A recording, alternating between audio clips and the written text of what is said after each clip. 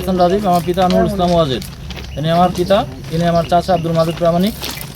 আমাদের এই এলাকাটা হচ্ছে ভট্টাচার্যপাড়া রেলের যে পাশে যে জায়গাটা, নিচের যে মালিকানা সম্পত্তি, এটা আমার আব্বার কেনা সম্পত্তি এবং এই সম্পত্তিটা আমরাই খাচ্ছি। কিন্তু রেলের উপরে যে লিজের যে বিক্লাসের জমি বলে, এইটা আমাদের লিজ নেওয়া।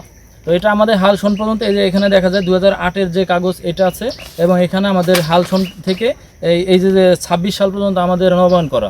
এখন এই সম্পত্তিটা আবু হেনা নামে এক মুরব্বী, এই তার রেলের উল্টা পাশে যে জমি, এই পাশে তার জমি, অথচ সে রেল পার হয়ে যায় আমাদের যে লিজ নেওয়া জমি, এই জমি সে ভোগ দখল করতেছে জোরপূর্বক। বিগত সময় আওয়ামী লীগ পিরিয়ডে সে কিছু আওয়ামী লীগ নেতাদেরকে টাকা দিয়ে জোরপূর্বক এখানে এই জমিটা দখলে নেয়, দখলে নিয়ে এখানে কিছু গাছ লাগাইছে। এই আমার আব্বা 23 বছর রেমিটেন্স যোদ্ধা, সে এখন দেশে আসার পরে স্থানীয়ভাবে সবাইকে আর কি বলছে, অনুরোধ করে যে আমি দেশে ছিলাম না, আমি এই জমিগুলো চাষ করবো, আপনারা যেভাবে খাইছেন দয়া করে জমিগুলো ছেড়ে দেন। উল্টা তারা এটা না করে বিভিন্নভাবে তারা হুমকি দামকি বিভিন্ন কিছু দিয়ে যাচ্ছে।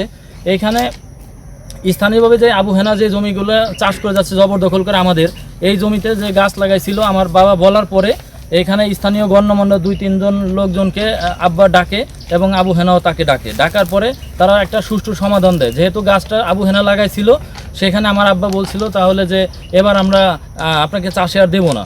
তো এখানে আমাদের সাবেক চেয়ারম্যান খবির উদ্দিন সাহেব এবং আরিফ সাহেব, এখানে আছে টুকু সাহেব, এরা আর কি বলছিল যে তাহলে সে যেহেতু গাছটা লাগাইছে, এবার আম ধরছে, এই আমটা তারা নিয়ে যাবে, নেওয়ার পরে আপনাদের এই গাছ ছেড়ে দেবে, এখানে আর আসবে না, এইটুকুই সমাধান হয়। কিন্তু এখানে দেখা যাচ্ছে বিভিন্নভাবে তারা হুমকি দামকি দিয়ে উল্টাপাল্টা কথাবার্তা বলে যাচ্ছে।